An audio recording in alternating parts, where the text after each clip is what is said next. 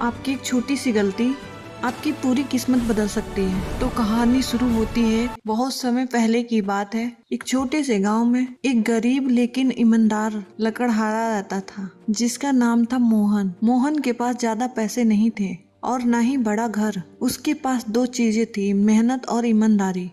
रोज मोहन अपनी पुरानी कुल्हाड़ी कंधे पर रखकर वो जंगल की तरफ चल देता और दिन भर लकड़ी काटता और उसे बाजार में बेचकर जो थोड़ा बहुत मिलता उसी में अपनी और अपनी बुढ़ी माँ का गुजारा करता। किस्मत की परीक्षा। मोहन एक दिन नदी के किनारे एक बड़ा पेड़ काट रहा था। अचानक उसके हाथ से कुल्हाड़ी फिसलकर सीधे नदी में जा गिरी। मोहन घबरा गया। वही कुल्हाड़ी उसकी रोजी रोटी थी। वह उदास होकर नदी किनारे बैठ गया। उसने कहा, हे भगवान, अब मैं क्या करूँगा। जल देवता का प्रकट होना। तभी नदी का पानी चमकने लगा और एक जल देवता प्रकट हुए।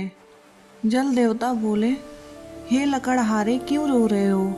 मोहन ने सच्चाई बताई, महाराज, मेरी लोहे की कुल्हाड़ी नदी में गिर गई है, अब मैं क्या करूँगा। जल देवता मुस्कुराए। उन्होंने नदी में हाथ डाला और सोने की कुल्हाड़ी निकाली। क्या ये तुम्हारा है। मोहन ने तुरंत कहा, नहीं महाराज, मेरी कुल्हाड़ी लोहे की है। ईमानदारी की असली परीक्षा। जल देवता ने फिर पूछा, क्या ये चांदी की कुल्हाड़ी तुम्हारी है। मोहन ने कहा, नहीं महाराज, ये भी मेरी नहीं है। फिर तीसरी बार जल देवता ने लोहे की पुरानी कुल्हाड़ी दिखाई। पूछा, ये तुम्हारी है। मोहन ने खुशी से कहा, हाँ महाराज, ये कुल्हाड़ी मेरी है। ईमानदारी का फल। जल देवता बहुत प्रसन्न हुए। उन्होंने कहा, मोहन, तुम सच में बहुत ईमानदार हो। अगर तुम चाहते तो झूठ बोलकर सोने चांदी की कुल्हाड़ी ले सकते थे, लेकिन तुमने सच्चाई चुनी। फिर जल देवता बोले, इसलिए ये इनाम के रूप में ये तीनों कुल्हाड़ियाँ तुम्हारी हैं। मोहन बहुत खुश हो गया। उसने हाथ जोड़कर धन्यवाद किया।